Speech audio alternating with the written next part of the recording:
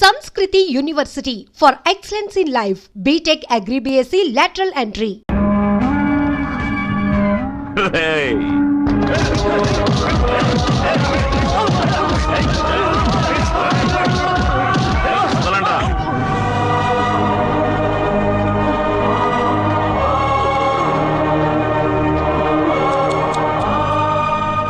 ఈ ఎలక్షన్స్ లో నిలబడి ఓడిపోయినందువల్ల నీకు మెంటల్ ఎక్కి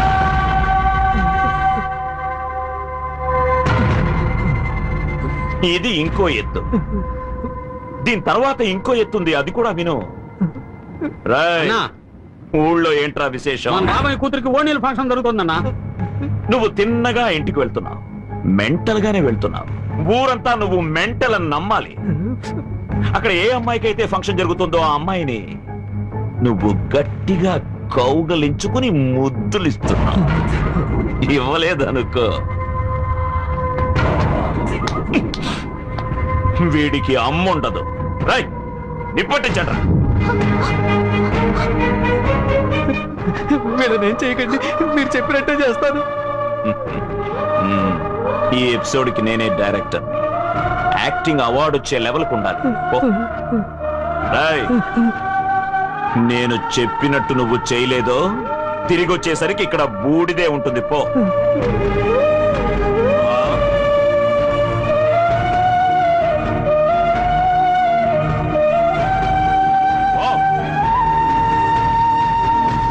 రాయ్ అనయ్య, మీరు ఆ ఫంక్షన్కి వెళ్ళి పబ్లిక్ లా కలిసి వాడిని లేపేయండి.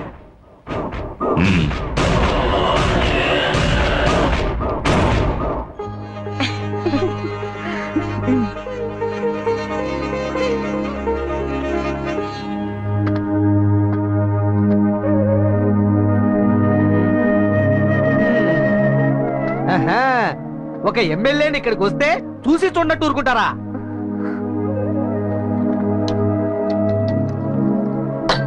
ఈ ఏరియా ఎమ్మెల్యేని వస్తే ఒక పోస్టర్ లేదు, ఒక కట్అవుట్ లేదు, ఒక వినయ్ లేదు, ఒక శాల్వా లేదు, ఒక పూల మాల కూడా లేదు.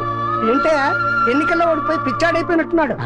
ఒబామా గారు పిలిచారు, నేను వెళ్ళలేదు. మన్మోహన్ సింగ్ గారు ఢిల్లీ ఫంక్షన్ కి పిలిచారు, వెళ్ళలేదు. మీకు గౌరవం ఇచ్చిందని ఇక్కడికి వచ్చి ఎక్స్ట్రా ఫంక్షన్ చేసేది. ఏమే, వీడికి ఎన్నికలు అవసరం అంటే చూడు, పిచ్చి బాగా ముద్రిపోయింది. అయ్యో, hello, mike testing 1 2 3 4. Hello hello hello. ఈ మహాసభకి నన్ను కూడా ఇన్వైట్ చేసినందుకు ఎంతో సంతోషపడుతున్నాను. పుష్పవతి అయిన కారణంగా మహాత్మా గాంధీ గారిని నిన్న కలిశాను. అప్పుడు ఆయన ఏమన్నారు? అమావాస్య వ్రతం, శుక్రవార వ్రతం, ఆషాఢ వ్రతం, మాఘశ్రావణ వగైరా వ్రతాలన్నీ నియమనిష్టలతో బాగా ఆచరించి దేశానికి స్వతంత్రం సంపాదించాలని చెప్పారు. మామూలుగా బెంచ్ కారులో తిరిగే నేను ఈ రోజు కాలినడకన వచ్చాను. దాని గురించి ఎవరైనా పట్టించుకున్నారా? ఈ ఫంక్షన్ కి ఎందుకు వచ్చాను అని నా మీద నాకే కోపంగా ఉంది. ఏసీ కూడా లేదు. విందు భోజనం పెట్టారా? వాటర్ అయినా కొనిచ్చారా? కనీసం కూల్ డ్రింక్ అయినా ఇచ్చారా? ఎదవ సన్నాసులారా, మీరు పిలిచారని వచ్చారు చూడండి, నన్ను నేను చెప్పుతో కొట్టుకోవాలి. నేను ఒక నికార్సైన రాజకీయవేత్తని. వంశపారంపర్యంగా దేశానికి సేవ చేస్తున్న రాజకీయ కుటుంబం నుంచి వచ్చిన వాణ్ణి. నన్ను ఓడించేందుకు ఇక్కడ కుట్ర జరుగుతోంది. నాకు ఎదురుగా నిలబెట్టి లొల్లి చేస్తున్నారు ఇక్కడ రాజకీయ.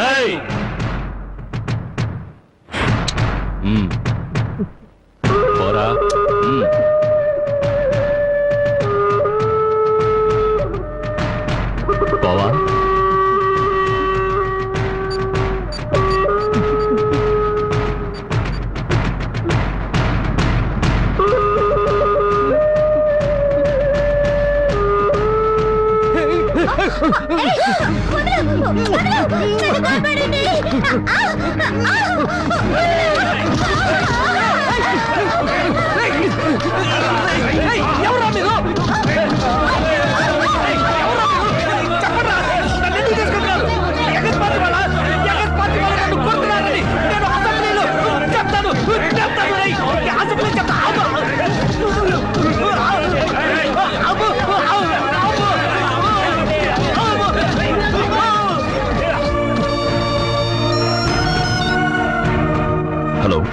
హలో,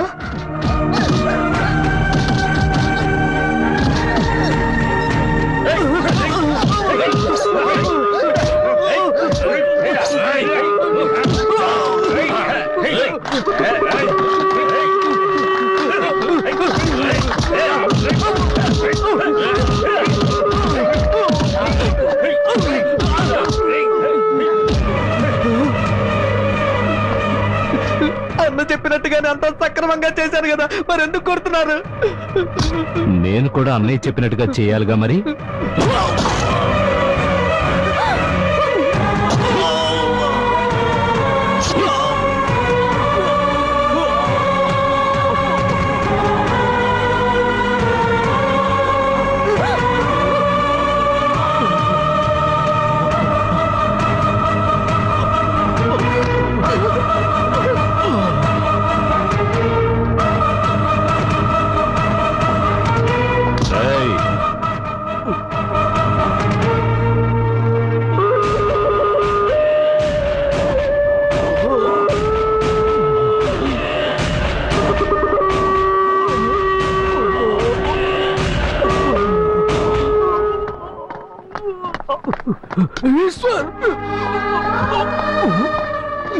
శివ శివ శివ ఏమైందిరా? ఎవరైనా అంబులెన్స్ ఫోన్ చేయండి. హలో ఈశ్వర్, నా చావు గురించి దిగులు పట్టలేదు. ఆ ఎమ్మెల్యే నన్ను పిచ్చివాడి చేసి హత్య చేశాడు. అన్నిటికీ కారణం ఎమ్మెల్యేనే. నా భార్య బిడ్డలు ఎత్తుకెళ్ళి చెల్లెలంటే అమ్మాయికి నా చేత ముద్దు పెట్టించాడు. ఇప్పుడు ఆ పాప కూడా మూట కట్టుకున్నాను. ఈశ్వర్, ఇది కలికాలం. రెండు కళ్ళు మూసుకొని ధ్యానంలోనే ఉండకు. దుర్మార్గం నశించాలంటే నువ్వు త్రినేత్రుడివి కావాలి. త్రినేత్రుడివి కావాలి. శివ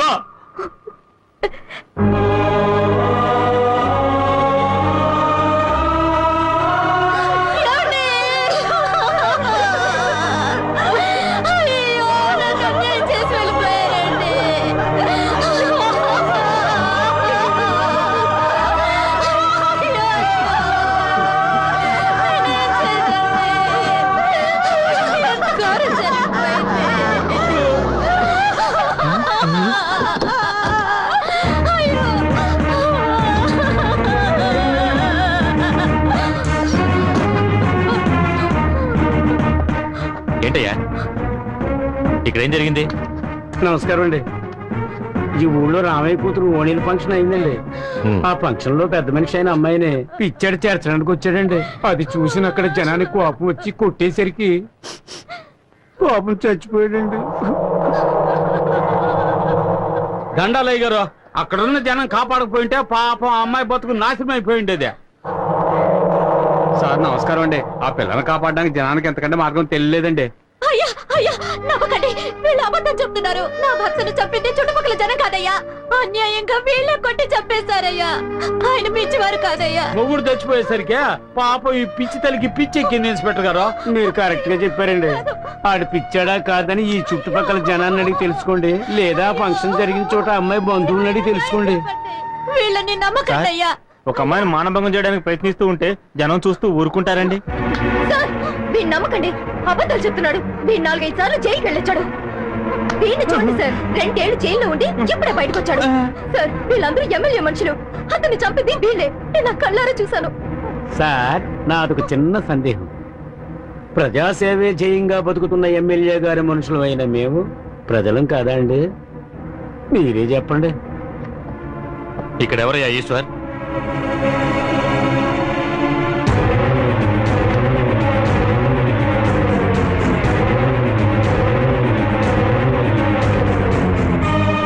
నువ్వేనా ఈశ్వర్?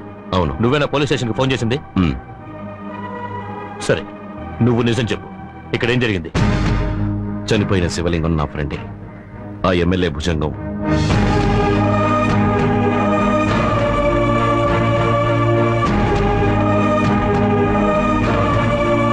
ఇది వాడి మరణ వాంగ్మూలం.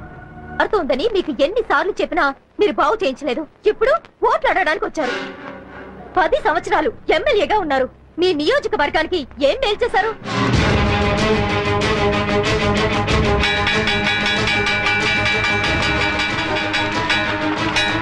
రాయ్, తలుపులేసేంట్రా.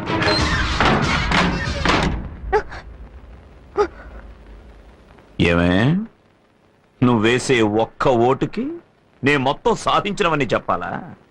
చెప్తా, లిస్ట్ రాసుకో.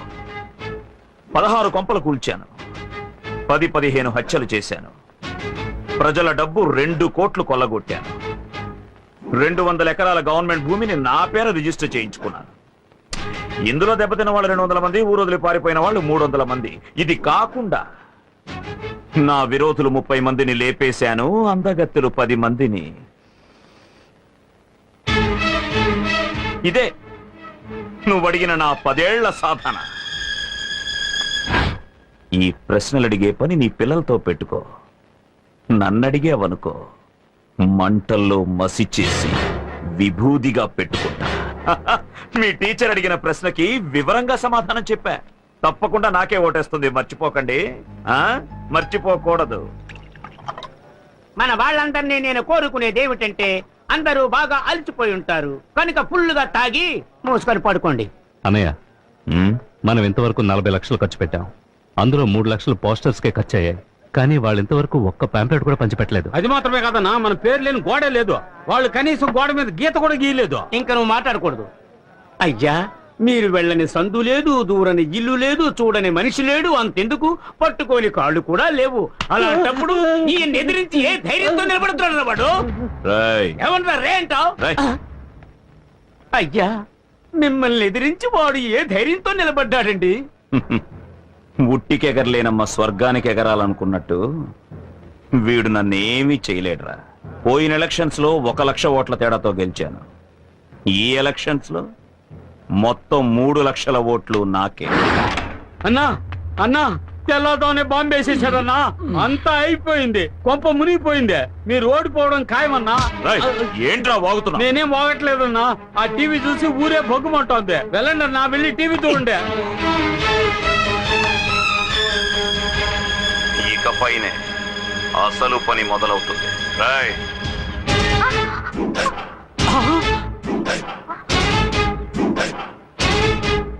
ఏంటే మొగుడికేసి లుక్కులు ఇస్తున్నా?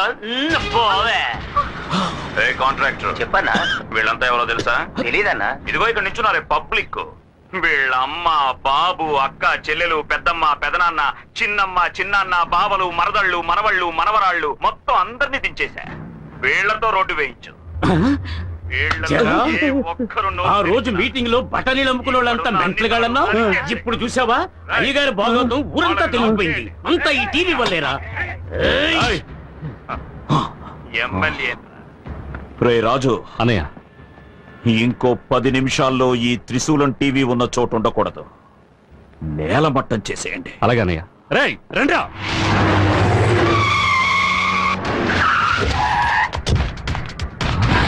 త్రిశూలం టీవీ కొత్త చిరునామా నంబర్ 10, రాజీవ్ నగర్.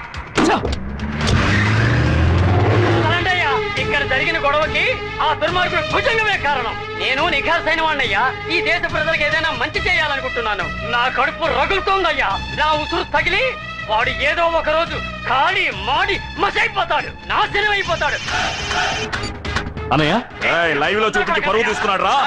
ఏం పీకుతున్నావు అక్కడ? అడ్రస్ మార్చేశాడు అన్నయ్య, వెతుకుతురా. వెతికి పట్టుకుని వేసేయండి రా.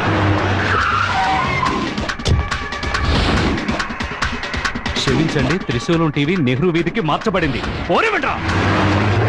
ఎలక్షన్లు అయ్యేంత వరకే వీళ్ళది ఓటు. అది పూర్తయ్యాక ఇవన్నీ పరమ వేస్ట్. ఆ తర్వాత నీ మెడ మీద వేస్తాను కత్తి వేటు. ఉన్నమాట చెప్పాలంటే వాడే వేశాడు మీకు వేటు. ఇంకా ఏం చేస్తున్నావురా? అన్నయ్య, అడ్రస్ మళ్ళీ మార్చేశాడు. ఇది కాకుండా నా విరోధులు 30 మందిని లేపేశాను, అందగత్తెలు 10 మందిని.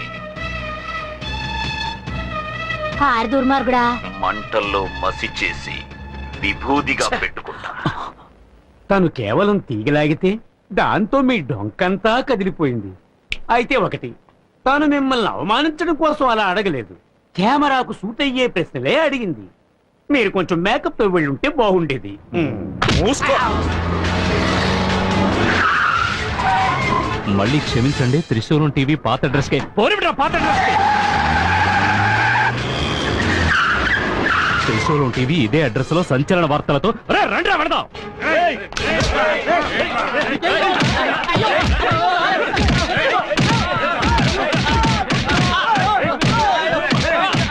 రేయ్, ఇవన్నీ చూపిస్తూ మా బండారం బయట పెడతావా? వదులుతామంటారా మీ అందరినీ నరికేస్తా. ఇదంతా లైవ్ లో వస్తుంది. ఎన్నో హత్యలు చేశాడు, అందులో ఇది కూడా ఒకటి అవుతుంది. ఏందో పట్ట చూస్తా ఉండవు చెంకొయ్యా. ఏయ్, ఏయ్, ఆ మూర్తి గారిని వదలమన్నా. రేయ్, వాడిని వదిలేయట్రా. రేయ్, నీకే చెప్పేది. శంకర్ని వదలమనరా. ఆ కోట్లింగాన్ని కూడా కోట్లింగాన్ని వదలమనరా. రేయ్, వాడిని వదలంట్రా. వదలంట్రా. రేయ్, నువ్వు ముందా ఈశ్వరుని వదలరా. వారికే చూస్తావేంట్రా? వదలమంటున్నానుగా, వదలు. అనయ్య, ఇక్కడ జరుగుతుంది నీకెలా తెలుస్తుంది? డైరెక్ట్ గా చూస్తున్నాడు చెప్తారా? నేను మాత్రమే కాదు, ఊరంతా చూస్తున్నారా. ఏమంటున్నావు అన్నయ్య? లైవ్ లో వస్తుంది ప్రత్యక్ష ప్రసారం. పోరా.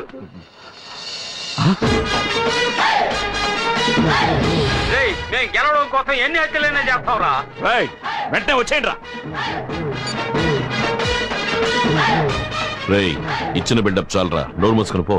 వాడెందుకు వెళ్ళిపోయినాడు, వీడెందుకు ఇట్టా చూస్తా ఉన్నాడు.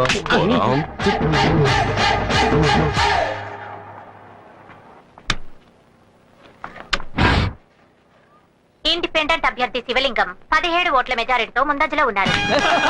నియోజకవర్గంలో రామ్మూర్తి 5,000 ఓట్ల మెజారిటీతో ముందంజలో ఉన్నారు. ఆత్మకూరులో భుజంగం 28 ఓట్ల ఆధిక్యతతో ముందంజలో ఉన్నారు. ఇప్పుడే అందిన సమాచారం, ఇండిపెండెంట్ అభ్యర్థి శివలింగం 47 ఓట్ల ఆధిక్యతతో ముందంజలో ఉన్నారు. అభ్యర్థి భుజంగం 8 ఓట్ల తేడాతో ముందంజలో ఉన్నారు. పశ్చిమ నియోజకవర్గంలో సుబ్బారావు 8,000 ఓట్ల మెజారిటీతో ముందంజలో ఉన్నారు. ఎన్నికల ఫలితాలు ఇప్పుడే అందిన సమాచారం. ఆత్మకూరు నియోజకవర్గానికి జరిగిన ఎన్నికల్లో భుజంగం 10 ఓట్ల మెజారిటీతో గెలుపొందారు. ఆయన సమీప అభ్యర్థి శివలింగం ఆఖరి నిమిషం వరకు ముందంజలో ఉండి చివరకు 10 ఓట్ల తేడాతో ఓడిపోయారు.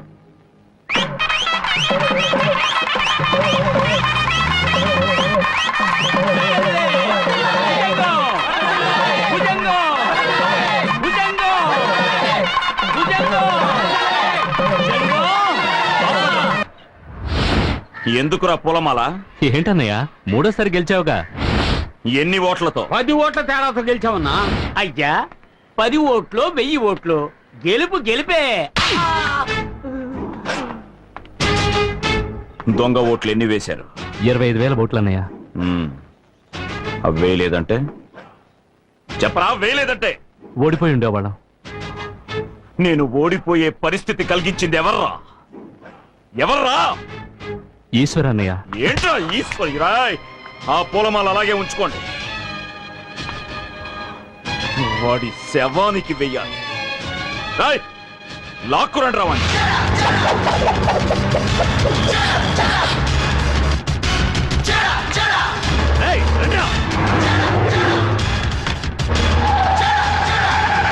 మీనా, మీనా,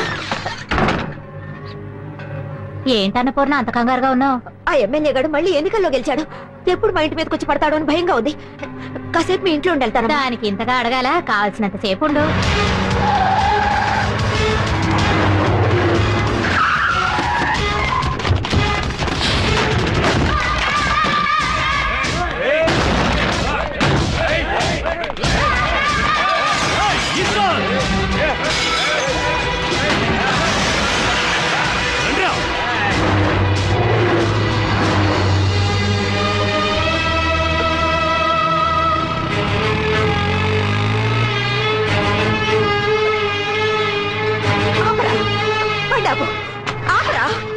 ఏంటో ఎక్కడ ఉన్నావు? నాతో బయలుదేరు. ఎక్కడికి? ఎన్నికలు పూర్తయ్యాక ఎక్కడికైనా నాతో వస్తానన్నావుగా. అన్నాను, అందుకని ఇలా ఉన్న వాళ్ళంగా ఏం మాట్లాడుకు, నాతో బయలుదేరు. బట్టలైనా మార్చుకొస్తానమ్మా. ఏం అక్కర్లేదు, పద పోదాం. పోనీ. ఎక్కడికమ్మా? శ్రీశైలానికి. శివ శివ శివ శివ శ్రీశైల క్షేత్రం ఈశ్వర నిలయం, ముక్తికి మార్గం కైవల్యధామం. విశ్వము కంతా హృదయ భాగము, భక్తుల మదిలో నిత్య తేజము ఈశ్వర నిలయం. శ్రీశైల క్షేత్రము ఈ సుదినం మా హృదయం శివమయమే, శివమయమే. మరణం ఒక జాగృతి కిరణం జ్యోతిమయమే జ్యోతిమయమే శ్రీశైవ క్షేత్రం జ్యోతిమయమే ఓం నమః శివాయ నమః.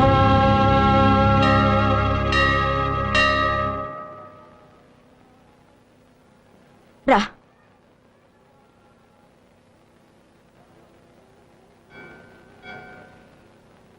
స్వామి,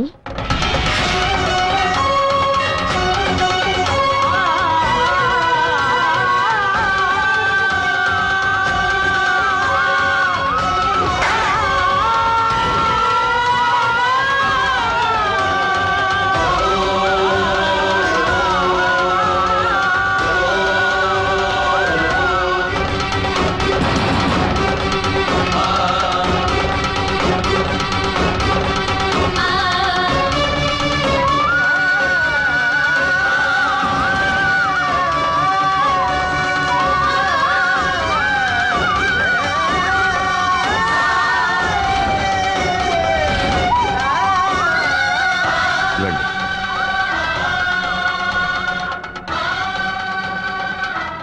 స్వామి, మీరొచ్చు మా అబ్బాయిలానే ఉన్నారు. ఇక్కడికి వచ్చే వాళ్ళందరికీ నేను బిడ్డలాంటి వాడిని. చెప్పండి. మా అబ్బాయి చూడ్డానికే మీలా ఉంటాడు, కానీ మీలో ఉన్న సహన గుణం మచ్చు కూడా మా వాళ్ళలో లేదు. చిన్న పెద్ద తేడా లేకుండా న్యాయం ధర్మం అంటూ గొడవల్లో చిక్కుకుంటూ ఉంటాడు. ఒక దైవం కరుణాస్వరూపం అయితే ఇంకొక దైవం ఉగ్రస్వరూపం. దేవుళ్లలోనే ఇన్ని తేడాలున్నప్పుడు మనుషులు ఒకేలా ఎలా ఉండగలరు? నేనలా అనుకోలేకపోతున్నాను స్వామి. నా భర్త అర్ధాంతరంగా చనిపోయారు. ఆయన చావు సహజమైంది కాదు. వీడిలా ప్రతి సమస్యలోనూ తలదొచ్చడం వల్లే దుర్మార్గులు చంపేశారు. అసలు ఆయన చావుకి కారణం కేవలం కోపం, ఆవేశమే. ఏంటమ్మా ఇవన్నీ చెప్తావు? నువ్వు ఊరుకోరా. ఏ ఆవేశం కోపం మా ఆయన్ని చంపేశాయో అదే ఆవేశం కోపం వీడికి కూడా వచ్చేసాయి స్వామి. నా భర్త నాకు దూరం అయినట్టు నా కొడుకు కూడా నాకు దూరం అయిపోతాడేమోనని భయంగా ఉంది. మీరే వీడి మనసు మార్చాలి స్వామి. కొంతమందికి చెప్తే అర్థమవుతుంది, కొందరికి అనుభవిస్తేనే అర్థమవుతుంది. మీ అబ్బాయి ఏ కోవలోకి వస్తాడో నాకు తెలియదు. మీ అబ్బాయితో నేను కొంచెం విడిగా మాట్లాడచ్చా? అందుకే స్వామి వీడిని తీసుకొచ్చాను. ఒరే, వెళ్ళి స్వామీజీతో మాట్లాడు. ఏంటమ్మా నువ్వు? పోరా.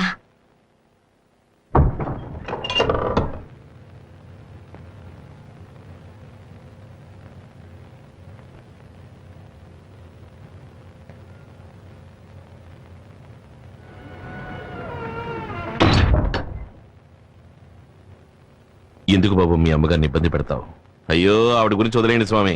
ఎప్పుడు ఏదోటి సణుగుతూ ఉంటుంది. ఊళ్ళో సంగతులు అస్సలు ఏమీ తెలియవు. ఊళ్ళో సంగతులు నీకు అనవసరం. ముందు పెద్దవాళ్ల మనసు నొప్పించకుండా నువ్వు నడుచుకో.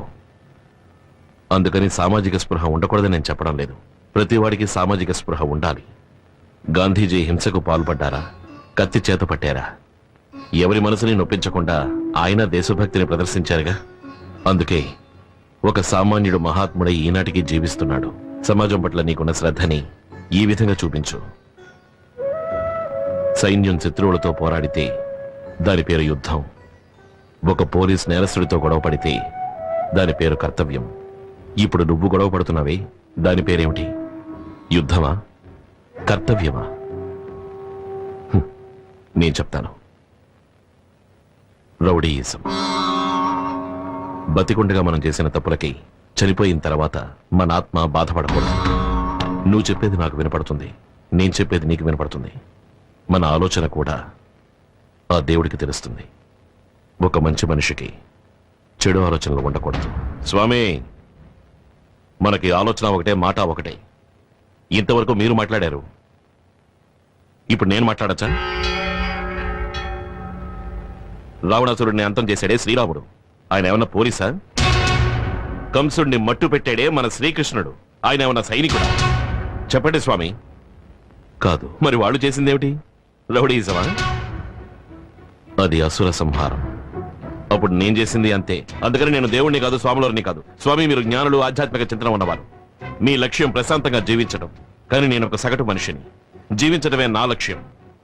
ఈ కలికాలంలో జీవితమే ఒక పోరాటం. నేను పోరాడి తీరాలి. గుడికొచ్చే వాళ్ళలో 190% మంచివాళ్ళు. వాళ్లతోటే మీ జీవితం. కానీ సమాజంలో 190 మంది హంతకులు, దొంగలు, దగాకోర్లు, దోపిడీదారులు, పోకిరీలు, పోరంబోకులు. వాళ్లతోటే నా జీవితం. నేనెలా ప్రశాంతంగా ఉండగలను? మీరు చెప్పినట్టు ఈ కాలంలో ప్రశాంతంగా ఉండాలంటే ఉండొచ్చు. కానీ ఎలా? ఇంట్లోకి జొరబడి చెల్లెలు చేపట్టుకుని లాగుతారు, చూస్తూ ఊరుకోవాలి. ఫ్రెండ్ని నడి రోడ్లో రౌడీలు కొడతారు, నరుకుతారు, చూస్తూ ఊరుకోవాలి. అయిన వాళ్ళు ఆస్తంతా దోచుకుపోతారు, అవన్నీ సహిస్తూ చూస్తూ ఊరుకోవాలి. నేను చెప్పినవన్నీ వదులుకుంటేనే ప్రశాంతత కలుగుతుంది అంటే ఆ ప్రశాంతత నాకు అనవసరం. అనుభవించిన వాడు చేసే ఉపదేశానికి, అనుభవించని వాడు చేసే ఉపదేశానికి చాలా తేడా ఉంది. సరే, మీరు దేవుణ్ణి నమ్ముతారుగా? దేవుడి ఆశీస్సులు, కృపా కటాక్ష వీక్షణాలు మీకున్నాయిగా. అంతెందుకు, మీకు శక్తి ఉందని ప్రజలు నమ్ముతున్నారు కదా. అది నిజమే అయితే 3 మాసాలు 90 రోజులు నా స్థానంలో మీరుండండి, మీ స్థానంలో నేనుంటాను. మీ స్థానంలో నేనుండడం గొప్ప విషయం కాదు. 3 మాసాలు అక్కడ నుండి వచ్చిన తర్వాత మీరు ఏమైనా చెప్పండి. సహనంతో ఉండమంటే సహనంగా ఉంటాను, తిట్టద్దు అంటే తిట్టను, కొట్టద్దు అంటే కొట్టను, నించోమంటే నించుంటాను, కూర్చోమంటే కూర్చుంటాను. అంతెందుకు, చచ్చిపోమంటే చచ్చిపోతాను. ఇది మీ మీదొట్టు.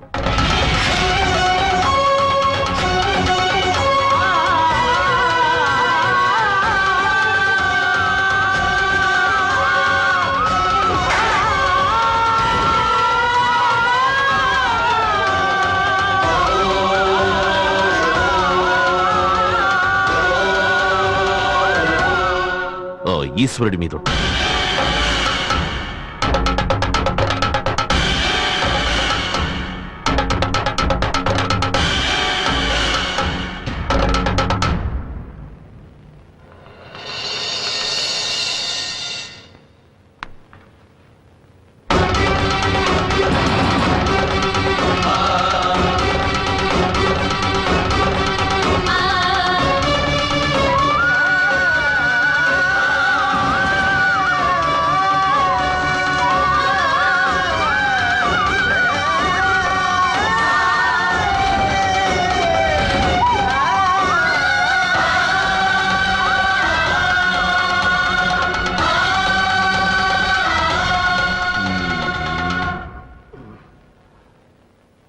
వెళ్ళి బయట ఉన్న మీ అమ్మగారిని పిలుచుకురండి.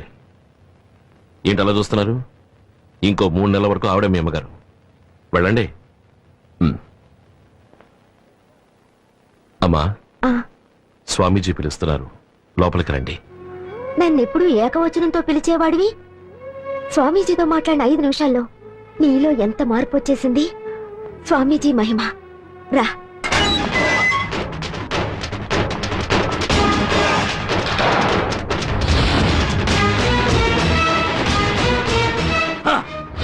నేను రిలీజ్ అయింది రిలాక్స్ కోసం కాదురా, రివెంజ్ కోసం. ఎక్కడ్రా ఈశ్వర్? ఏం స్వామి, మా అబ్బాయికి చేయాల్సిన ఉపదేశం చేసేసారా? అన్నీ ఉపదేశించారు, ధైర్యంగా తీసుకువెళ్ళండి. వెళ్ళరా, పెళ్లి వారి పాదాలకు నమస్కరించి ఆశీస్సులు అందుకో. ఏంటి రాజా, ఆదిలోనే హంసపాద? ఇప్పటికే ఏం మించిపోలేదు. బాగా ఆలోచించి నిర్ణయించుకో.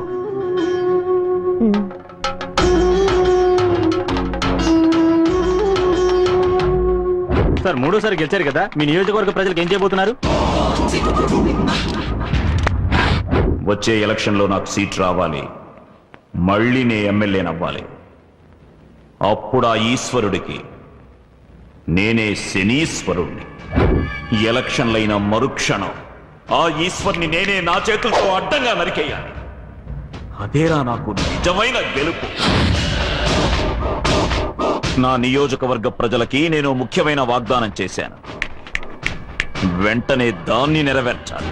రేయ్, ఊరికి బయలుదేరండ్రా. నా వల్ల నీలో మార్పు వస్తుందో రాదు, ఈ సమాజం నీలో మార్పు తెస్తుంది.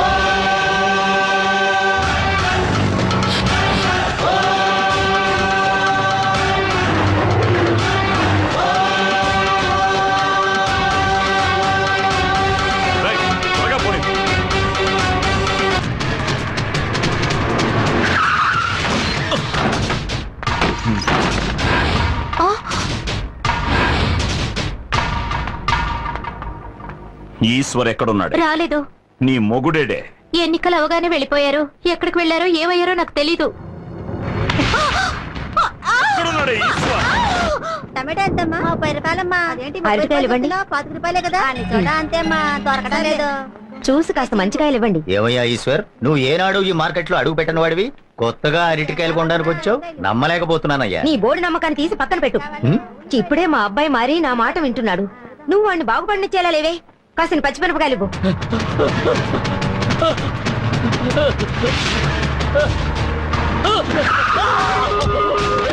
ఎక్కడ్రా ఈశ్వర్? తెలీదు, చెప్పరా. నాకు తెలీదు. తవాలేదా? నిజమే చెప్తున్నా, నాకు తెలీదు. చెప్పేదాకా కొట్టండి.